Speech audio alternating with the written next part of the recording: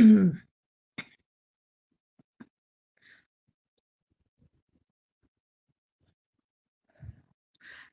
morning. Happy Saturday. Hey, I hope everybody's doing well. I'm recording this before my vacation. Hope everybody is having a great plan coming up for next week when it comes to Thanksgiving. No matter what your plan is, always, I wish everyone the very best. People say things about like grocery savings. I mean, I talk about it all the time, but there really is an important principle. We shop way too often. We shop way too often. We make too many unnecessary trips. Those trips cost money.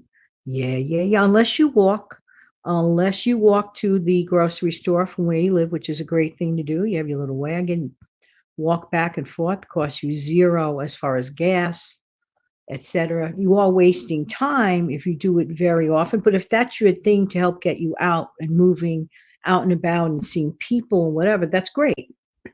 That's totally, I get that. I really, really do. But in general in life, as far as saving money, not so sure.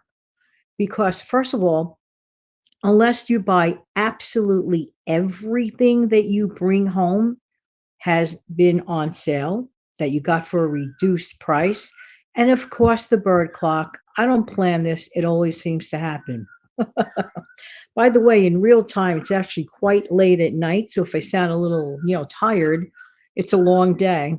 And it is actually about 11 p.m. that I am recording this a few nights before you're hearing this on the Saturday morning that I'm listing this. I think we do sometimes unwittingly, all of us, sometimes we do things that really make our wallets leak by ignoring the fact that we have the option to always make grocery store purchases of things that are on sale. We have the option to buy the correct components of food to make our future meals.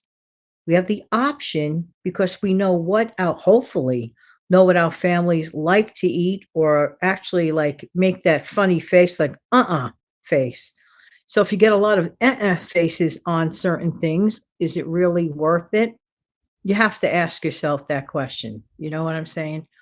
But it takes a minute or two to make wiser choices. And I believe that's the real pit of the problem because we have the option. Sure, sometimes it's just easy. Just grab that bag of frozen done up chicken and just throw it in, let's say, air fryer. I'm not saying to never ever keep those things handy. I do think there is merit in that. If you could get a really good price on it, even the better. But as a mainstay dish, I don't think that's the healthiest route to go because chicken is one of those ingredients that you can go from the sublime to the ridiculous in pricing. There's all sorts of ranges, but you have to take a look and you have to do your math and you have to get what your family actually eats. You see where I'm going with this?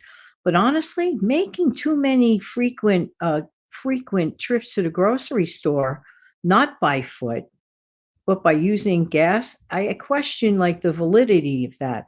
All these things need to be factored in. Do I think it's a good idea to do no spend week or no spend month? I think for the discipline aspect, it's a good thing. I think it forces us to utilize what we have. See, that's another problem.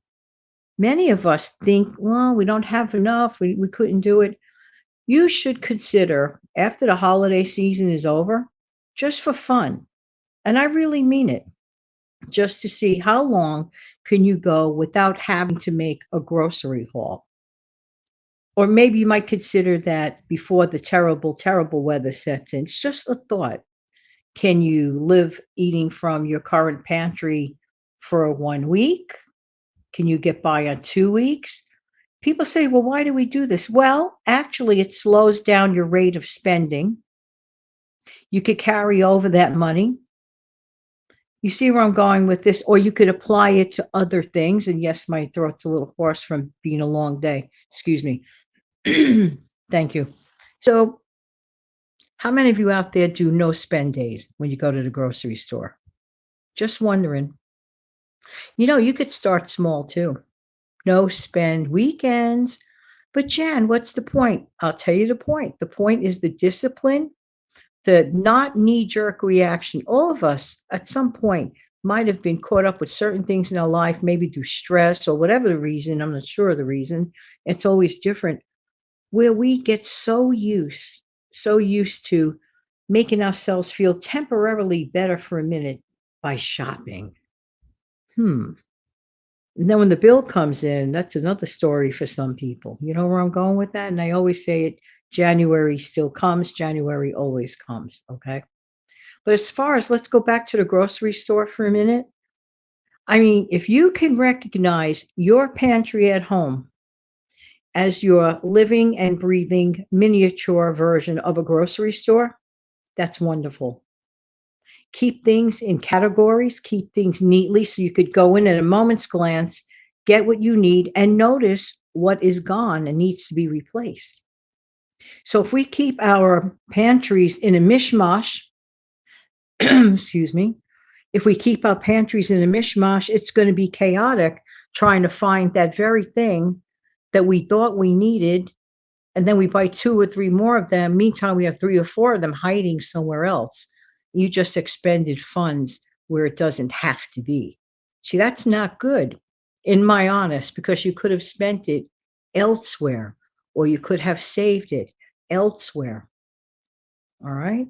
I really do believe in my heart of hearts, people make too many trips to the grocery store. Now, if all of a sudden you find out from a friend or something, word gets around, and your family really, really loves cereal, and your family's favorite cereal is on sale, and maybe it's like not limited, although today everything seems to be limited, excuse me again, and you want to go there and get it, well, then that might be worth the trip.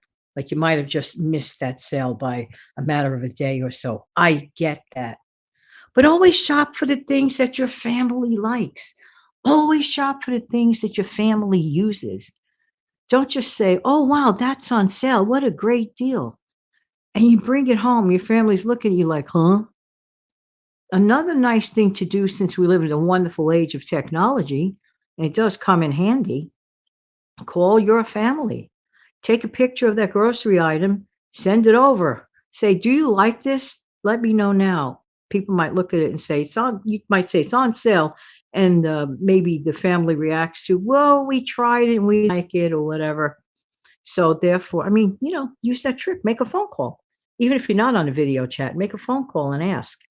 That sure beats allocating money to something that nobody's going to eat, to something that just serves as a decoration for your shelving. Don't stock up your shelves as a decoration.